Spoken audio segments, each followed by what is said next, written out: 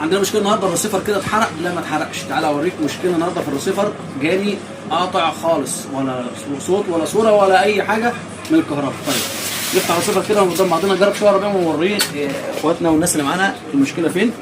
انا فكيت المسامير دلوقتي اهو تمام. نفتح على بركه الله، هنشوف كده. لو بصينا كده هنلاقي ايسيل اشاره محروق.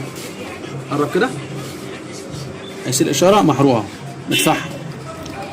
طيب نجرب كده نشوف الايسي مثلا القديم اهو. ده الايسي القديم اهو تمام. نركب كل حاجه هتبقى قدامكم ان شاء الله بصوت والصوره. قرب شويه، دي اهم حاجه. تمام، نشيل اهو اهو.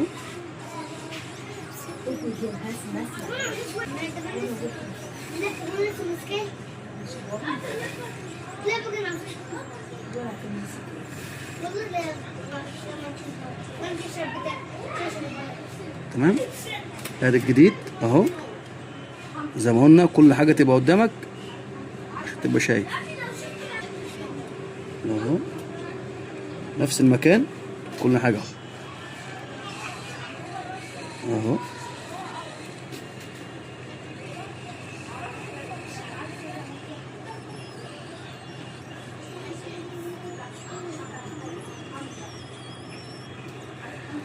تحمل تحميله بسيطه صغيره بس كده عليه من فوق عشان يقفش معاك اهو. بس انتوا شايفين كده اهو.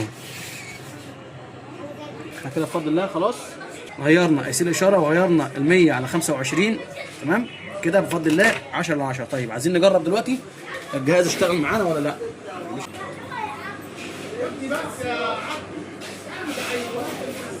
كده بفضل الله اشتغل الجهاز معانا 10 على 10 من غير اي مشكله، مفيش اي مشكله خالص في الجهاز اهو.